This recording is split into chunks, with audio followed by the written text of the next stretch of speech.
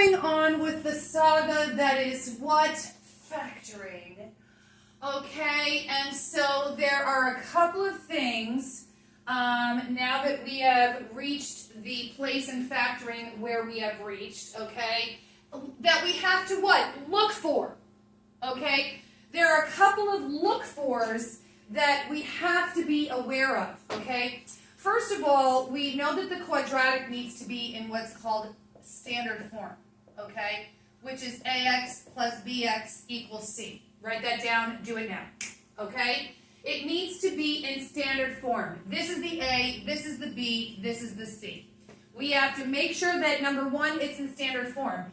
And number two, rule number two, okay, is that you cannot, and write in all capital letters with an exclamation mark, you cannot have a negative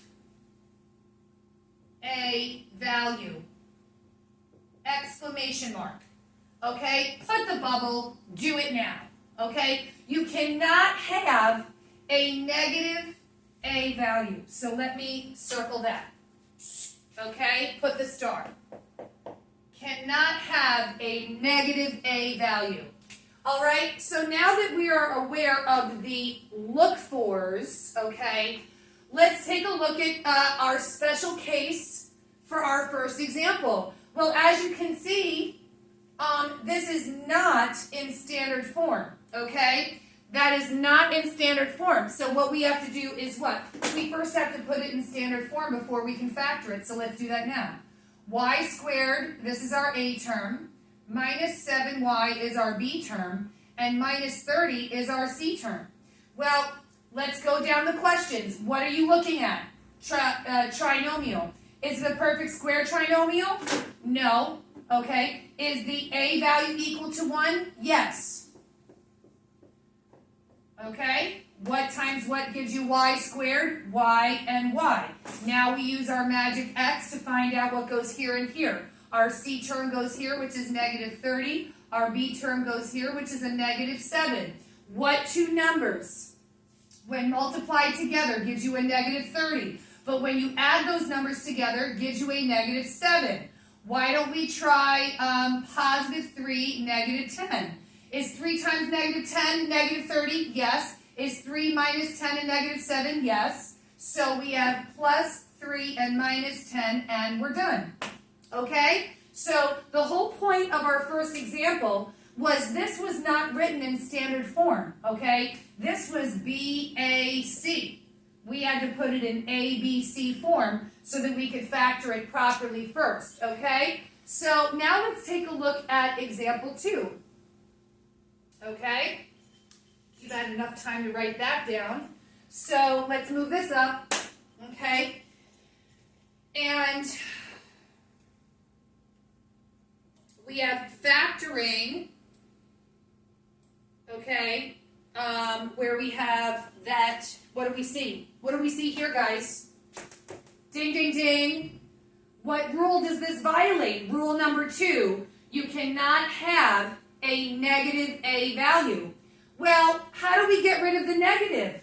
Okay, if you multiply the entire quadratic, the entire trinomial, by a negative 1 and 2 and 3, that will change each of the signs in this polynomial, in your quadratic, right? What's the opposite of a negative 4x squared?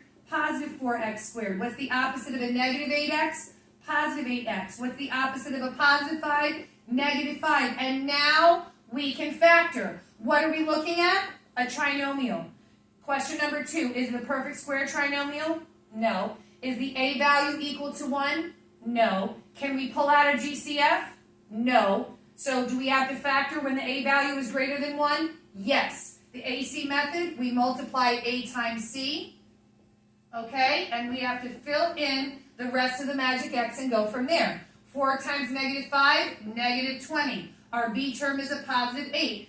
Finish filling in the rest of the magic x. What two numbers, when multiplied together, gives you a negative 20, but when you add them together, gives you a positive 8? Well, how about negative 2 and positive 10? Don't trust it, test it. Is a negative 2 times 10 a negative 20? Yes. Is negative 2 plus 10 a positive 8? Yes. Okay, so now we've filled in the rest of the magic X. We're going to take our first term, write it exactly the same way. Okay, create our two spaces in the center, right? We're going to take our last term and write it exactly the same way. Now we have to decide, what are we going to put where? Okay, where are we going to put the negative 2 and the positive 10? Where are we going to put the negative 2 and the positive 10? Remember, there is intelligence to your choice. You want to put multiples with each other. So 2 is a multiple of 4, and 10 is a multiple, 5 is a multiple of 10. So now all we have to do is pull out the GCF of both sides. Here we go. Okay, what do both of these terms have in common? 2x. 2x times what gives you 2x squared? 2x. 2x times what gives you a negative 2x? Negative 1. What do both of these have in common? 5. 5 times what gives you 10x? 2x. 5 times what gives you a negative 5? Negative 1. So now we bring them together. Our two GCFs come together. Teachers, please disregard the spam email from Dr. Klein asking him to come see you. It is not real. Okay, we take our two GCFs and we bring them together for our first binomial. And do both of these matches 2x minus 1, 2x minus 1? Yes. Is that what we wanted? Yes, it is. And those two come together and we have 2x minus 1. And you just factored that trinomial. Excellent, excellent.